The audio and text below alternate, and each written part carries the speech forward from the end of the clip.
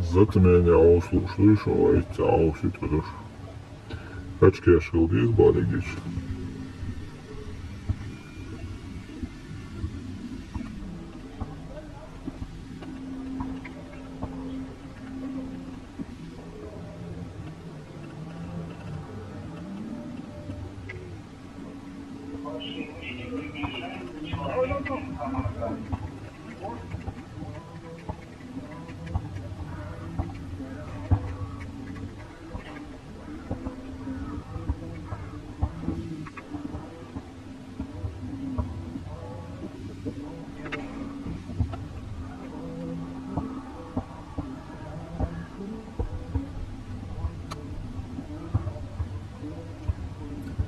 Viņš tādu taču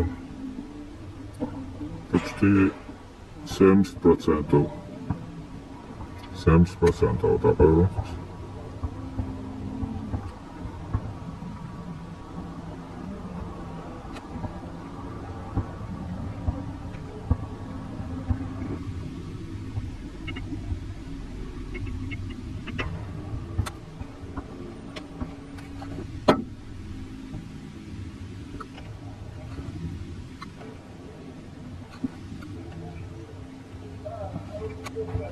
Viņš tic, ka 100% caur.